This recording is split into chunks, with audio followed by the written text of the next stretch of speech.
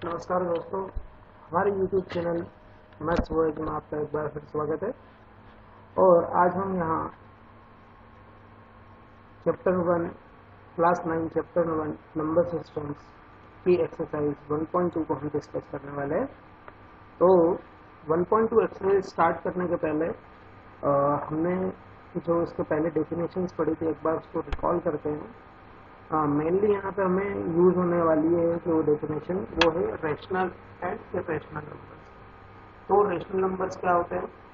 A number represent in the form of p upon q where q is not equals to 0, means denominator कभी भी 0 नहीं होना चाहिए, called rational number. और irrational number वो number होते हैं जिन्हें कभी भी p अपॉन q के फॉर्म में रिप्रेजेंट नहीं किया जा सकता।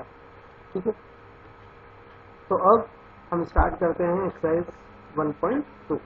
तो यहाँ फर्स्ट क्वेश्चन है, state whether the following statements are true और फॉल्स, जस्टिफाई योर आंसर। तो आपको ट्रू फॉल्स में स्टेटमेंट बताना है और फिर जरूरत पड़ती है आपको जस्टिफाई भी करना है। तो जो पहला क्वेश्चन है वो है, every irrational number is a real number. तो दोस्तों जैसे कि डेफिनेशन में आपको बताया गया था, रेशनल नंबर, इरेशनल नंबर और रियल नंबर्स को, तो आपको पता है कि रियल नंबर्स क्या होते हैं। तो एक बार फिर से रिकॉल करते हैं हम।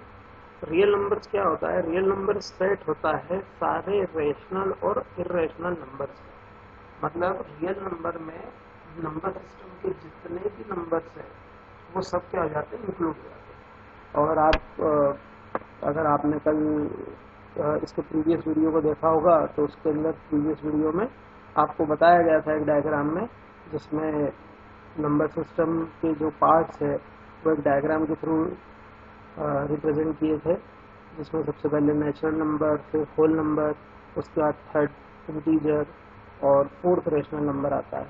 तो ये जो रेशनल नंबर, उसके अंदर ये तीनों नंबर्स मीन्स रेशनल नंबर जो है उसके अंदर नेचुरल नंबर, होल नंबर और इंटीजर, ये तीनों बनते हैं। इसके अलावा एक अलग से पार्ट बताया था इरेशनल नंबर का। और ये रेशनल और इरेशनल दोनों जो ब्लॉक है वो एक रियल नंबर के ब्लॉक में बिलोंग करते हैं। मतलब ये क्लियर है कि जो आपका रियल नंबर होता है वो रेशनल और इरेशनल नंबर का सेट होता है। तो यहाँ हमको बताना है कि every irrational number is a real number. तो हम देखें कैसे हम इसको वेरीफाई कर सकते हैं। तो अगर हम यहाँ पे लिखा हुआ सॉल्यूशन पढ़ते हैं तो वो इसमें लिखा है, consider the irrational number and real number separately. हम क्या रियल नंबर और रेशनल नंबर दोनों को सेपरेटली सपोज कर लेते हैं। Then we know that irrational numbers are the numbers can not be converted in the form p upon q where p and q are integers and q is not equals to 0।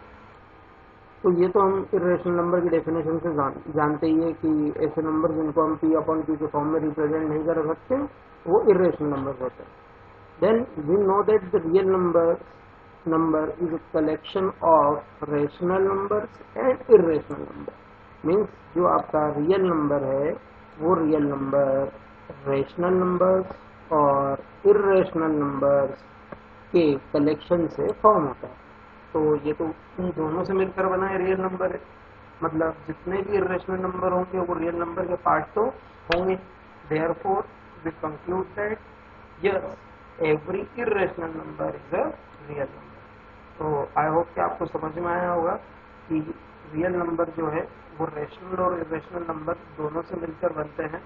तो of course है कि irrational number जो है वो real number के part होंगे ही। ठीक है, तो इसमें पहले वाले क्वेश्चन का आंसर हम लिखेंगे यस। अब सेकंड क्वेश्चन बोला है, every point on number line is of the form under the root m where m is natural number. तो यहाँ सेकंड क्वेश्चन जो दिया है, every point on number line is of the form under the root m where m is natural.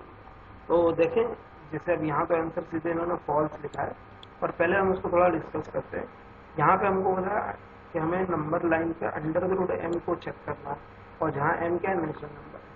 तो हम जानते हैं हमारी जो नंबर लाइन रहती है वो पॉजिटिव और नेगेटिव दोनों डायरेक्शन में रहती है। और यहाँ पे m जो नेचुरल नंबर है वो सिर्फ क्या होंगे, हमेशा पॉजिटिव रहेंगे।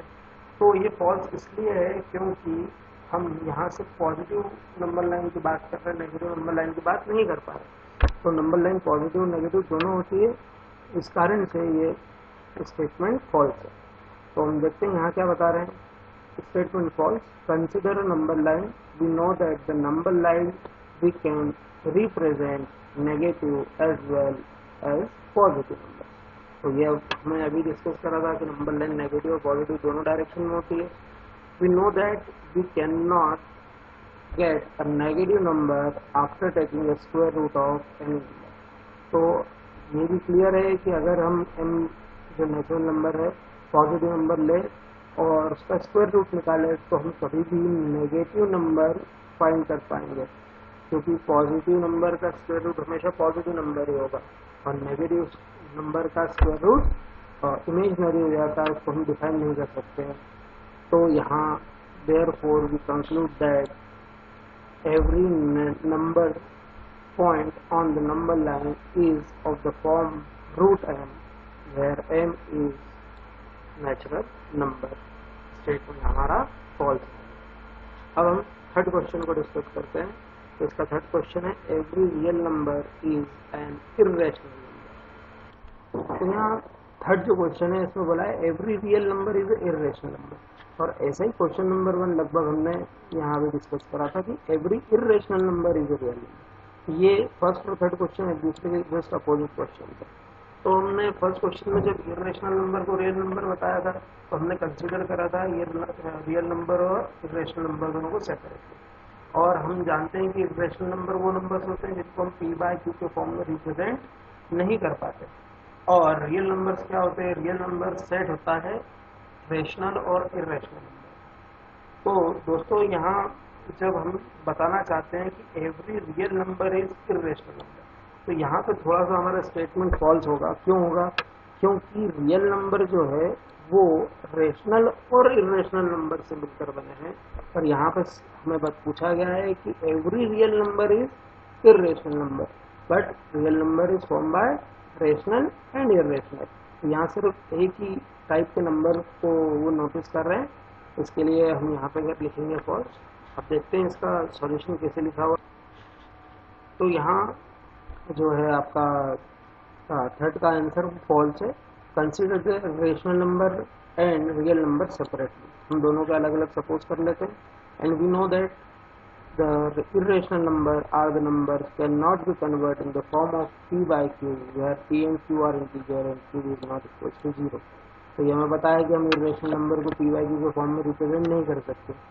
And we know that the real numbers is collection of rational numbers and irrational numbers। ये भी हम जानते हैं कि रियल नंबर जो होता है वो कलेक्शन होता है रेशनल और irrational number. So we conclude that every irrational number is number but every irrational number is a real number, but every real number is not an irrational number। क्यों नहीं होगा, क्योंकि हमारे रेशनल नंबर यहाँ पे छूट जाते हैं और रियल नंबर जो है रेशनल और इर्रेशनल नंबर का कंबाइन सेट होता है, और यहाँ हम सिर्फ उसको इर्रेशनल नंबर से रिप्रेजेंट नहीं कर सकते हैं। इसके लिए हमारा आंसर फॉल्स आएगा। ओके, अब बढ़ते हैं अगले क्वेश्चन की ओर। तो अब हम क्वेश्चन नेक्स्ट देखते हैं। Second question, are the squares are the square root of all positive integers irrational? If not, give an example of the square root of a number that is rational। तो दोस्तों ये question करने के पहले हम हमारी 8th क्लास में square root chapter जो पढ़ा है उसको थोड़ा सा रिवाइज करें।